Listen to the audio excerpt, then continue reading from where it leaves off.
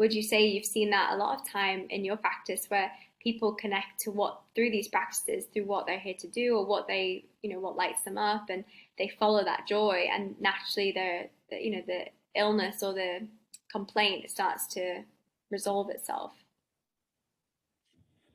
Yeah, ideally, that is a great way to look at it. If you can connect someone to their purpose and their dharma, then and it can go either way, whether you get them balanced first and that gets them to their dharma, or you get them connected to their dharma and then that starts informing their lifestyles more.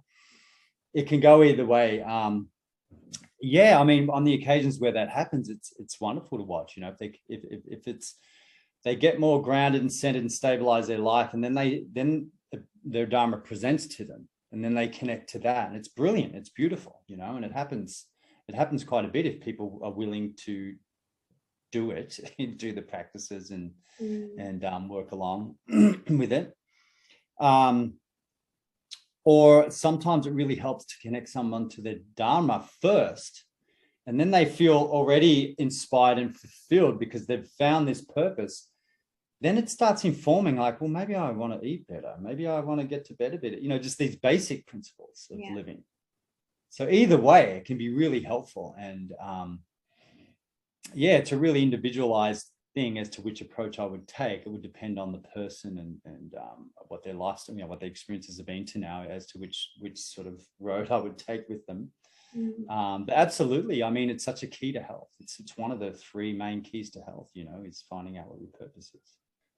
Because I feel like a lot of people are, I mean, in the people that are not connected, I think that's maybe, would you say, from an Ayurvedic psychology point of view, why we are distracting ourselves, and we have these addictions, and we have we have these kind of crutches, because there's a lack of like true connection to that calling, that that desire to become something great. Oh, absolutely. And I just know this again from experiences, is when you are in your dharma, and it doesn't automatically make your life good and money start pouring into your bank and your perfect partner comes up. It doesn't automatically do that, because that's what a lot of people think. But what it does is it starts to give you this full feeling, this internally, for not mean full like a full belly feeling. I mean like a full, like the energy starts moving from the heart outwards rather than us trying to engage it from moving from the outside in. There's a big difference here, and this is sort of one of the key elements really to all of what we're talking about in another sense, is when we start accessing and letting this desire, the heart's desire, the soul's desire, express itself outwardly, there seems to be more of an infinite amount of energy, and you get informed by your heart instead of the conditioned content of our mind and Instagram and shit that tells you need to be a successful yoga teacher, traveling the world, international circuit yoga teacher, Ayurvedic specialist, all that stuff that we think is going to make us happy. It may or may not. It's not everyone's dharma, that's for sure. And it's not as glamorous as people think a lot of the time.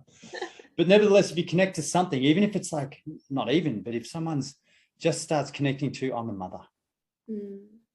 And this is a big one. Mothers, I don't want to open about can of worms here, but if I just connect and honor I'm a mother right now, and I always will be, but right now this is crucial, can really change the whole sort of field in which, because if I'm a mother and my desire is I need to be the most successful business person in the world now, there's this big friction. I see this quite regularly, especially with peer people and dynamic people that, and I'll try and find one for men too.